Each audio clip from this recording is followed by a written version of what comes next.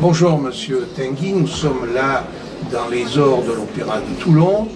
Il va y avoir ce soir la présentation de la nouvelle saison qui s'annonce brillante et l'opportunité c'est de vous interroger, de dialoguer un petit peu sur le renouveau, on peut dire même l'éveil de la culture dans la ville de Toulon. Donc vous êtes un des promoteurs puisque vous êtes adjoint à la culture de la ville de Toulon. Comment voyez-vous cette évolution que vous avez dans les mains, dont vous êtes un des acteurs et qui en même temps entraîne toute une foule d'effets secondaires bénéfiques? Écoutez, moi d'abord, je suis très heureux d'être dans les responsabilités que j'ai, qui sont bien sûr d'être adjoint à la culture de la ville de Toulon, mais également conseiller communautaire, donc conseiller métropolitain, comme on le dit maintenant. Puisque, il faut le savoir, la culture dépasse les bornes de toute ville, en particulier chez nous, et les compétences, les responsabilités en matière de culture, elles sont très partagées entre la ville et puis la métropole. C'est vrai pour toutes les villes. Alors, globalement, pour le décrire, tout ce qui est des gros équipements comme celui-ci, l'opéra, qui ont un rayonnement évidemment beaucoup plus grand que celui seulement de la ville, le conservatoire, les théâtres, etc., sont des équipements dont l'essentiel de l'aide et du soutien se fait par l'intermédiaire de la métropole. Et puis après, sur les villes, vous avez d'autres compétences qui sont, je dirais plutôt les musées, les bibliothèques, les médiathèques. Ça reste plutôt de la ville. Voilà, donc c'est un travail très partagé. Là-dedans interviennent aussi d'autres grands acteurs que sont le département, voire la région et l'État aussi, il ne faut pas l'oublier de temps en temps, pour pouvoir nous aider à avancer. Oui, mais on voit quand même qu'il y a quelque chose qui s'est passé. Moi, je suis là depuis une quarantaine d'années. On voit l'évolution de cette ville. Il y a une offre culturelle qui est de plus en plus importante et les gens s'en rendent compte. C'est évident, ça a changé. Il y a eu un changement.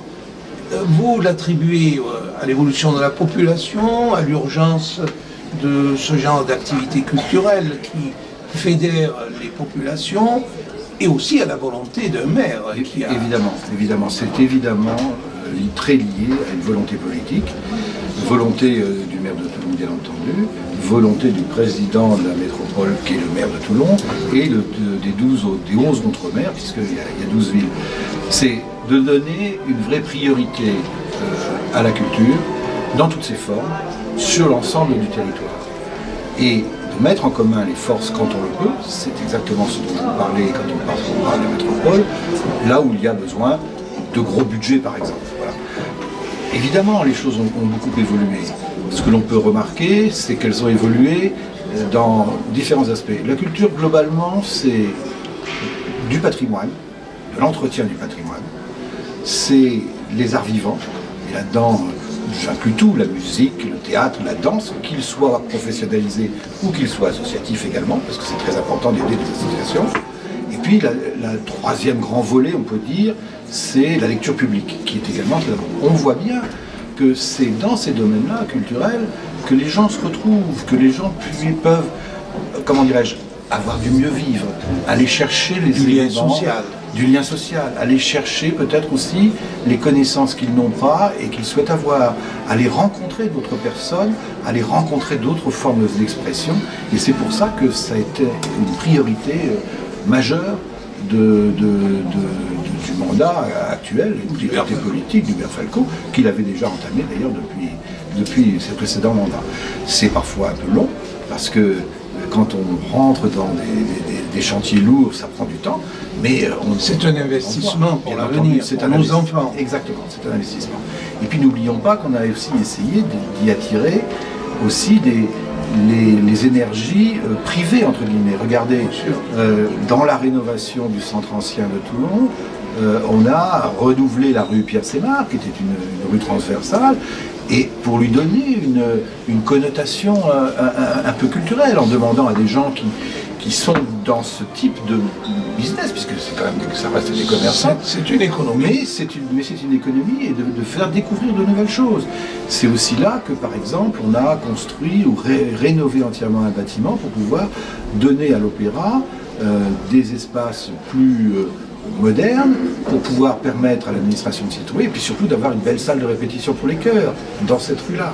C'est à proximité c'est dans ce centre ancien qu'on a créé une structure qu'on appelle le port des créateurs pour pouvoir accueillir toutes les jeunes petites entreprises, micro-entreprises, associations, etc. qui voudraient trouver un espace pour pouvoir travailler, pour pouvoir créer, pour pouvoir répéter. Voilà, tout ça, ce sont tout un ensemble d'exemples que l'on vous donne, qui sont des travaux de longue haleine, parce que la rénovation... Des investissements. Et ce sont des investissements. Et puis il y a les deux très gros investissements qui vont voir leur aboutissement à la fin de cette année, c'est la création à la place de l'ancien hôpital de la Charité, l'ancien hôpital Chalucé, de ce quartier que l'on a appelé de la créativité et de la connaissance, où on va inaugurer une médiathèque d'importance qui va totalement révolutionner la lecture publique dans la ville de Toulon, et puis également un autre bâtiment où on va reloger l'école supérieure d'art, les beaux-arts, comme on l'appelait dans le temps, qui s'appelle maintenant l'école supérieure d'art et de design,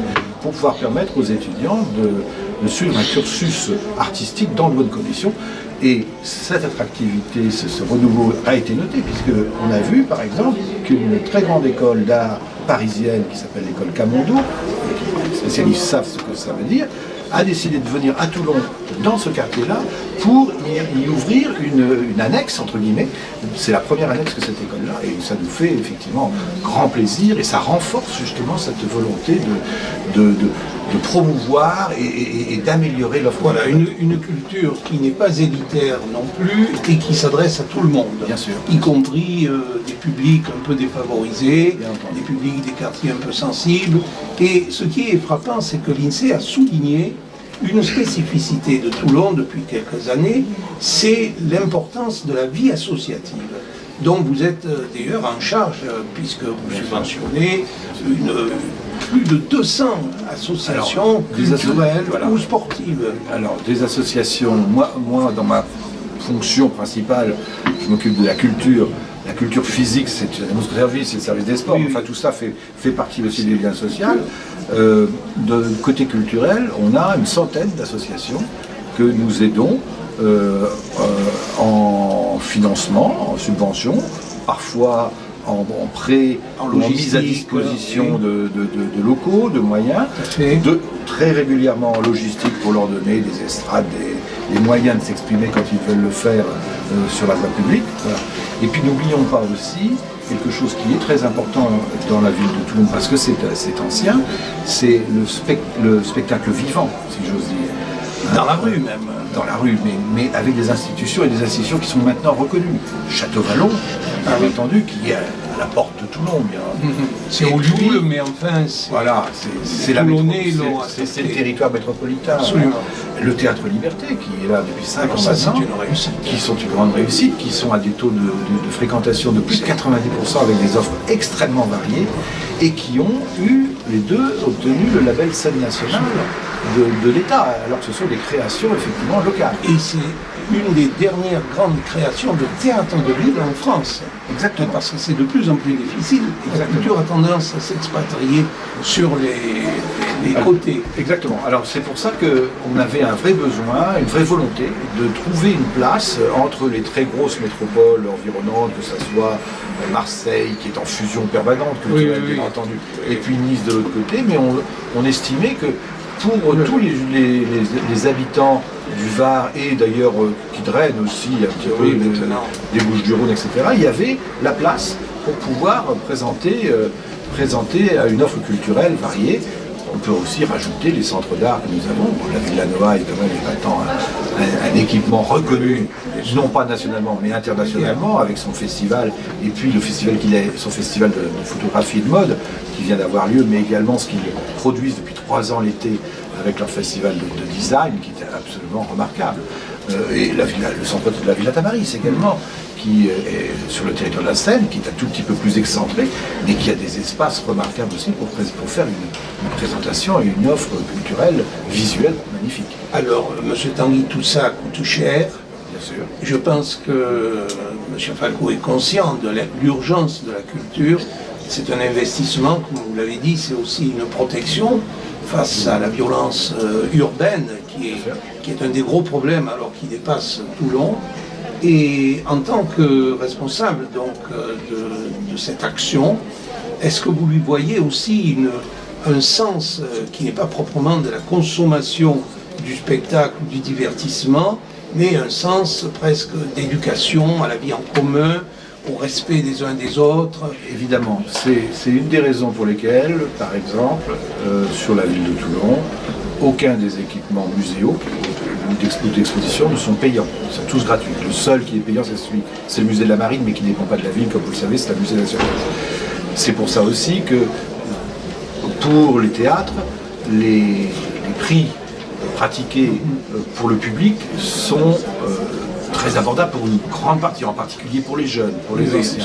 Et c'est pareil à Château-Vallon. C'est une vraie volonté. Alors évidemment, il faut que quelqu'un paye. Donc ça veut dire que c'est un choix d'inclure dans les budgets communaux et métropolitains les sommes nécessaires. Et puis, je l'ai un tout petit peu abordé, mais il y a également quelque chose qu'il ne faut pas oublier, c'est l'entretien du patrimoine.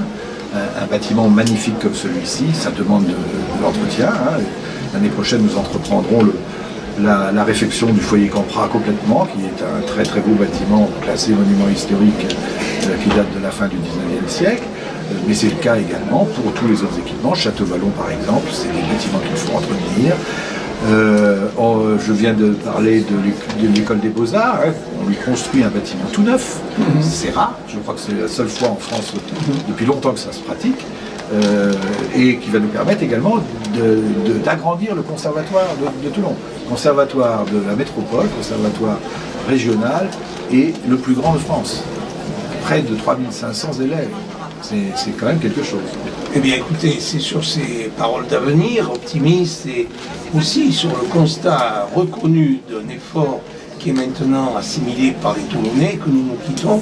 Nous vous remercions et on peut souhaiter à la ville de Toulon de continuer sur cette lancée qui en fait maintenant un pôle d'intérêt. Et beaucoup de gens disent mais il fait bon de vivre à Toulon. C'est entièrement à l'acquis de votre travail ainsi que de la municipalité de Toulon. Je vous remercie. Et puis c'est aussi dû à l'accord des Toulonnais qui sont d'accord pour pouvoir l'adhésion. Pour pouvoir accorder justement cette priorité dans les budgets communaux. Merci infiniment. Merci beaucoup.